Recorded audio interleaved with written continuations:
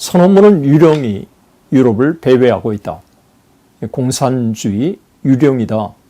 라는 마치 잠에서 확 깨어나게 만드는 충격적인 문장으로 첫 문장을 시작을 합니다. 이렇게 시작된 공산당 선언은 프롤레타리아는 사슬 외에는 잃을 것이 없다. 그들에게는 승리할 세상이 있다. 세계의 노동자들이여 단결하라 라고 하는 말로 마지막 문장을 맺습니다. 1848년 2월 런던에서 출판된 공산당 선언은 2세기 동안에 가장 영향력 있고 널리 읽혀진 문서 중에 하나가 되었습니다.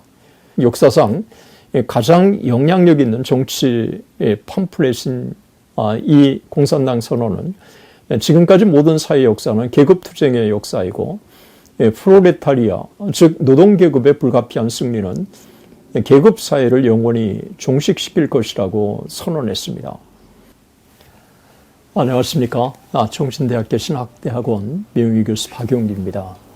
1848년 공산당 선언의 태동의 역사적인 배경과 핵심 내용을 같이 살펴보도록 하겠습니다.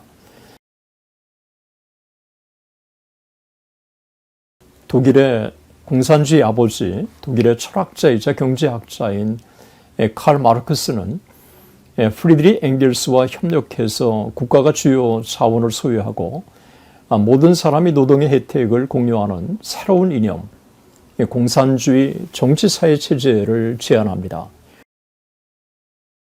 1842년 마르크스는 쾰른의 자유민주주의 신문인 라이니슈 좌이동의 편집장이 됩니다. 이 신문은 그의 지도하에 상당히 성장했지만 1843년 프로이센 당국은 너무 노골적이라고 하는 이유로 이 신문을 강제 폐쇄했습니다. 그해 마르크스는 새로운 정치적인 평론을 공동 편집하기 위해서 파리로 이사했습니다.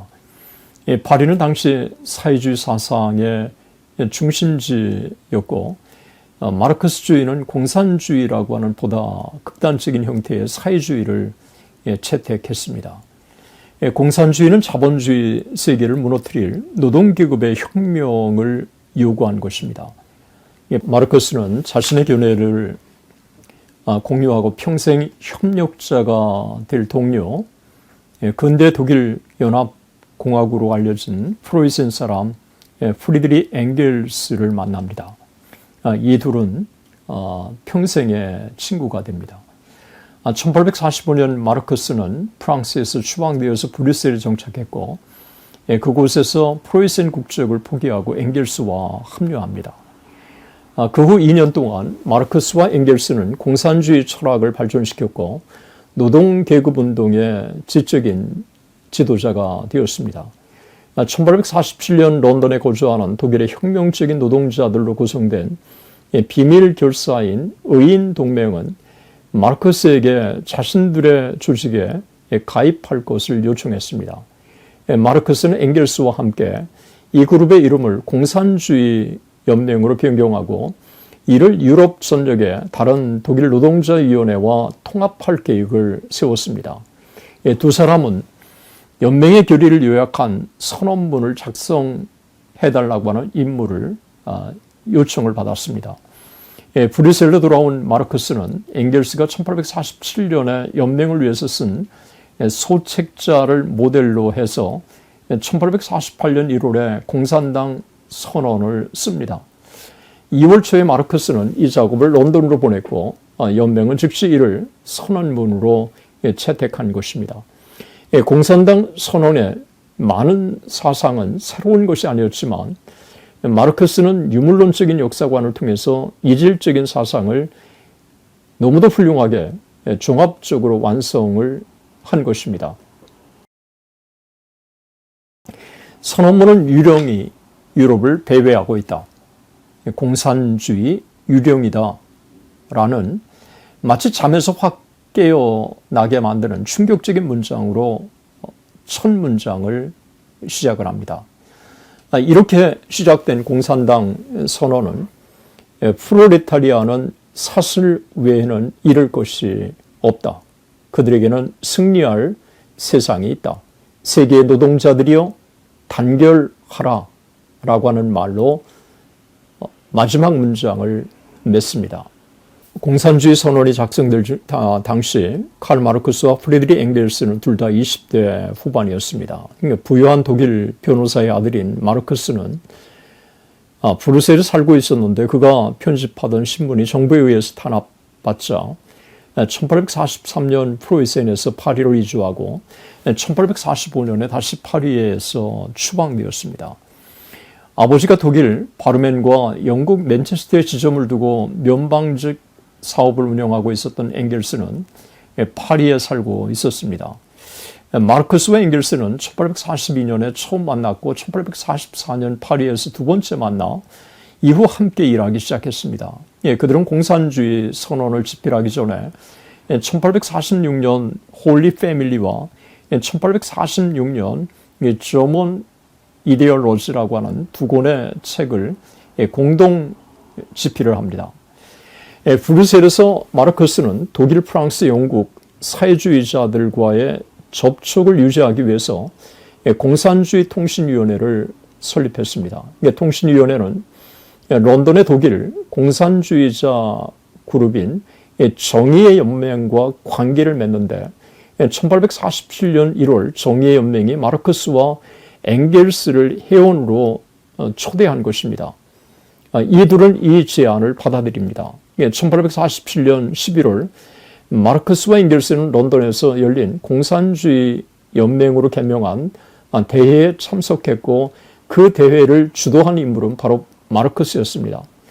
공산주의 연맹 대회가 끝날 무렵 마르크스와 엥겔스는 연맹의 결의를 담은 선언문 작성 요청을 받은 것입니다. 마르크스는 이 요청을 받고 바로 다음 달 1847년 12월과 1848년 1월에 선언문을 작성해서 보냅니다. 선언문은 1848년 혁명이 유럽 전역에서 시작되던 1848년 2월 런던에서 출판되었습니다.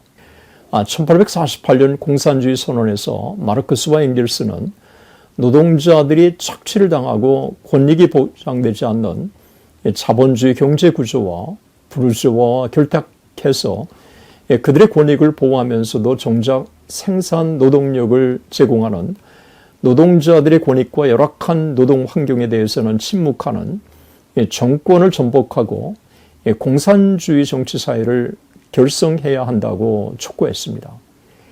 자본주의에 대항하는 노동계급의 반란을 선언한 것입니다.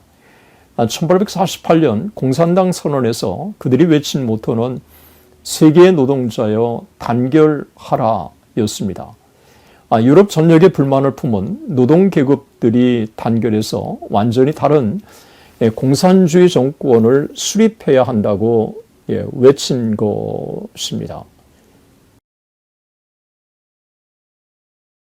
1848년 공산당 선언의 배경이 영국이라고 하는 사실을 우리는 주목해야 하는 것입니다.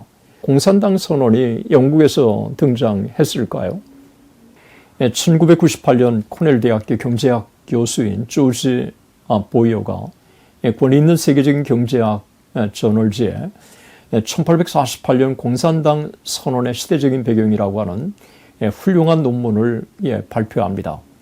이 논문에서 1848년 공산당 선언이 왜 영국에서 나왔는지를 아주 잘 지적하고 있습니다. 1848년 2월에 출판된 공산당 선언은 독일인 칼 마르크스와 프리드리 엥겔스가 작성했고 이것이 영국에서 영어가 아닌 독일어로 출간되었다고 하는 사실을 우리는 주목해 봐야 합니다. 영어를 모국어, 독일어처럼 자유자재로 구사하는 칼 마르크스가 프리드리 엥겔스의 도움을 받아서 작성했다고 하는 사실도 우리는 기억할 필요가 있습니다.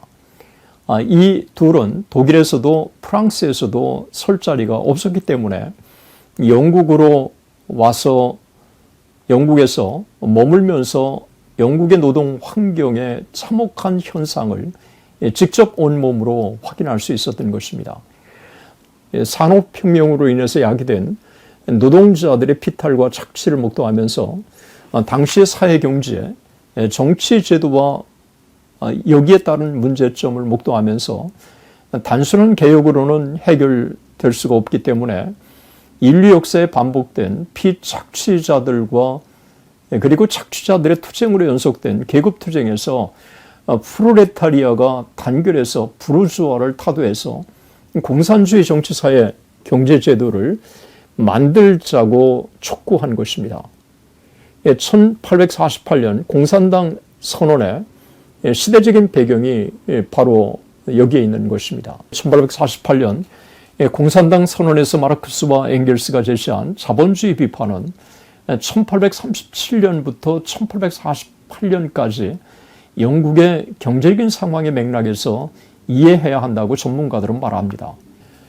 마르크스가 1848년 공산당 선언을 작성할 때 1842년에서 44년 영국 맨체스터에 있는 가족의 면화 회사에서 엥겔스의 자본주의에 대한 실제 경험에 크게 영향을 받았다고 학자들은 말합니다. 독일로 돌아온 엥겔스는 1845년에 초기 산업 자본주의를 신랄하게 고발하는 영국 노동계급의 상태를 출판합니다. 영국 자본주의에 대한 엥겔스의 비판 중 많은 부분이 선언문 1절에 크게 요약된 형태로 다시 나타납니다. 논문의 두 번째 부분에서는 1830년대와 1840년대 맨체스터와 주변 남부 랭커셔 목화 마을의 경제적인 또 사회적인 정치적인 활동을 조사하고 주로 당시 관찰자들의 견해를 참고합니다. 1848년 2월 21일 프리드리히 엥겔스의 도움을 받아서 칼 마르크스가 작성한 공산당 선언은 공산주의 연맹으로 알려진 독일 태생의 혁명적인 사회주의자들에 의해서 런던에서 출판되었습니다.